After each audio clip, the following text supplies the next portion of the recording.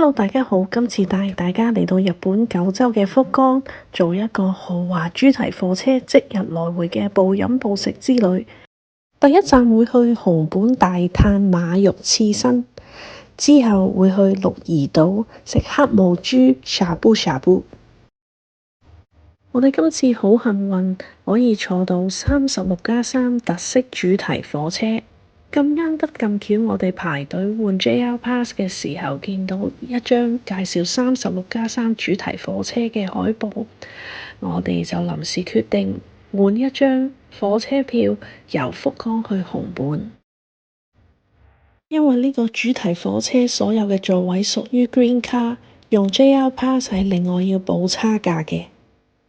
平時坐九州新幹線由博多去熊本需要大概30至40分鐘左右，但係因為呢一個係觀光列車，所以需時2個鐘頭。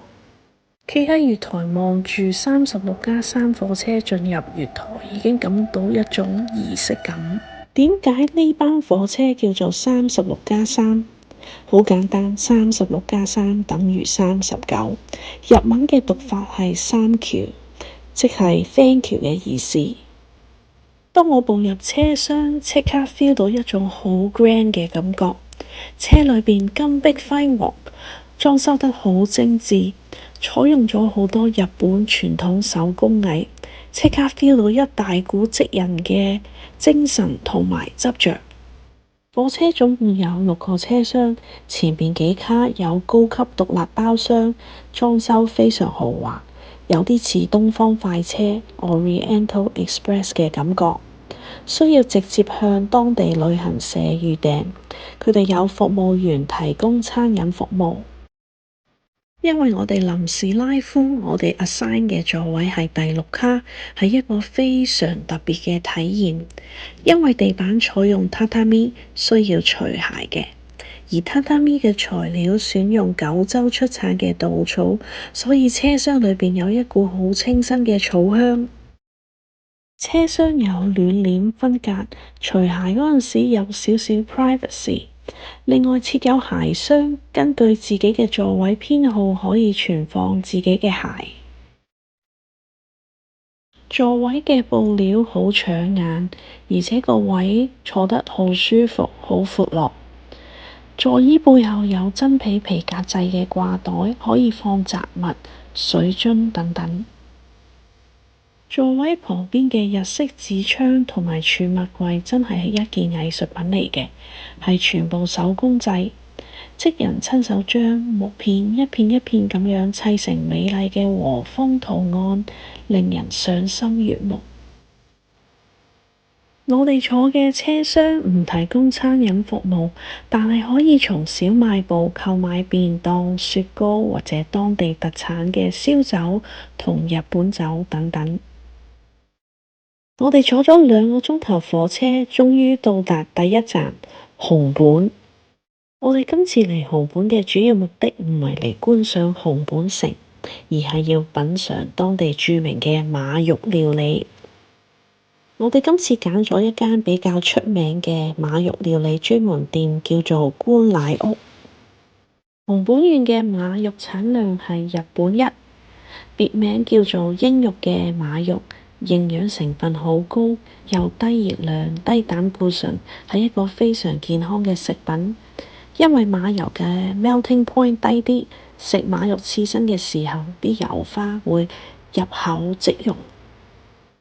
我哋2人同行，每人嗌咗唔同嘅套餐，我就選擇咗馬肉 steak。3800 yen 嘅套餐非常豐富，頭盤就有馬肉春卷、馬肉他他同埋刺身。刺身方面要重點推介圖片中裏邊白色嘅馬肉刺身，叫做 Kone， 係馬嘅頸部脂肪。一隻馬大概只有5 kg 可以用嚟做呢一種刺身。呢一種嘅肉質非常有彈性，因為佢嘅 melting point 低，咬得越耐，油脂慢慢分佈喺口裏邊，而且嘅甜味越食越突出。下一個 Fuda Ego 係3層肥瘦相間嘅肋骨肉，肉質比較有脆脆地嘅口感，可以食出瘦肉嘅香味同埋肥肉嘅香甜。食嘅時候一定要配蔥花同埋薑蓉同埋特製嘅醬汁，先至可以突出佢嘅美味。主菜嘅香煎馬肉扒份量實在太少啦，雖然係黏搣，但係肉質鮮嫩多汁。套餐最後一道菜係馬肉手握壽司，味道可以媲美高級嘅阿卡咪赤身吞拿魚。之後要介紹一下我朋友食嘅4800yen馬肉擦擦鍋。頭盤嘅選擇比較高級啲，重點推介紅本嘅鄉土料理芥末連根，一個字就係辣。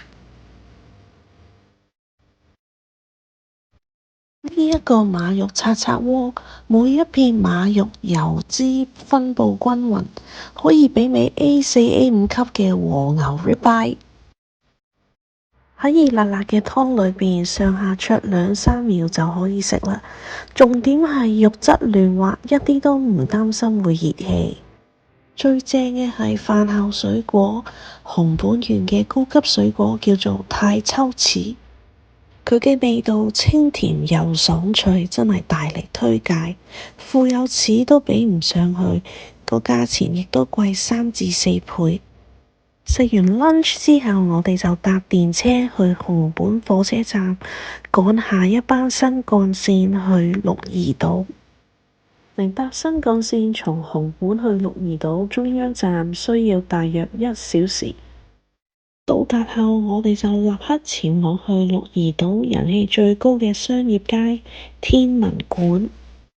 第一件事就係去2022年最新落成嘅 St. Terrace 去打卡。大廈頂樓係一部觀景台，可以飽覽整個櫻島火山。打卡完之後，我哋去行下商業街，尋找當地嘅美食。鹿兒島最出名嘅係養殖鰻魚，產量係日本全國第一，所以我哋決定去一間鰻魚店去食下午茶。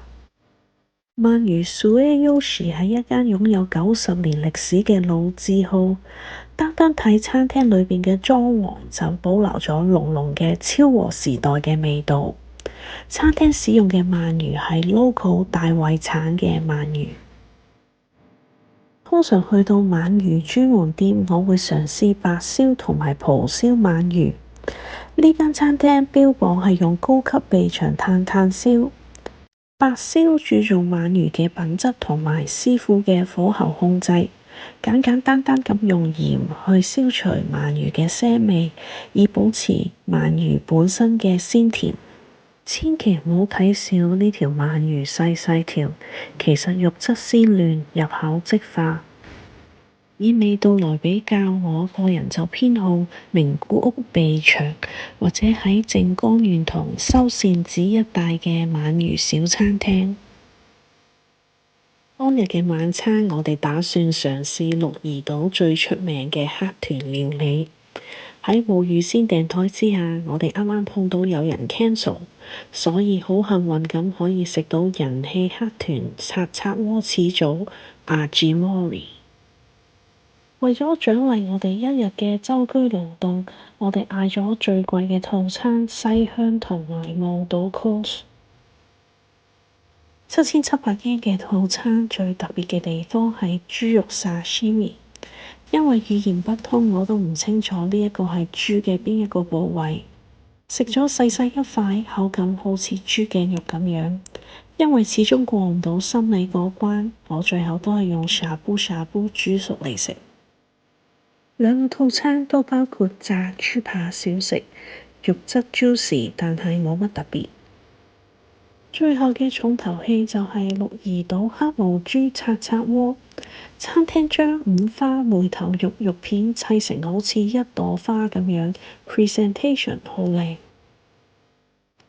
服務員會將豬肉砌成嘅玫瑰花放喺滾湯裏邊，隨着熱湯越滾越熱，一片片嘅黑豚豬都會隨之散開，好似一片片花瓣咁散落喺滾湯裏邊。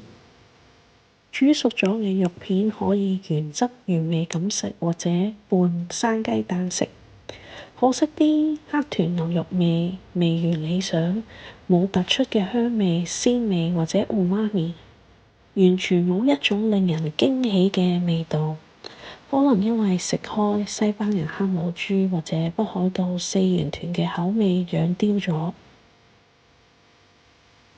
今次嘅熊本鹿兒島一日遊最大嘅收穫就係可以乘坐36+3主題火車，同埋嘗試熊本嘅馬肉料理。馬肉比較健康，而且味道比我想象中鮮甜。最大嘅敗筆就係黑豚料理，味道比較平凡，冇乜特別。今次嘅介紹嚟到呢度，多謝大家收睇。如果鍾意嘅話，請大家點讚、留言同埋訂閱。下次再見，拜拜。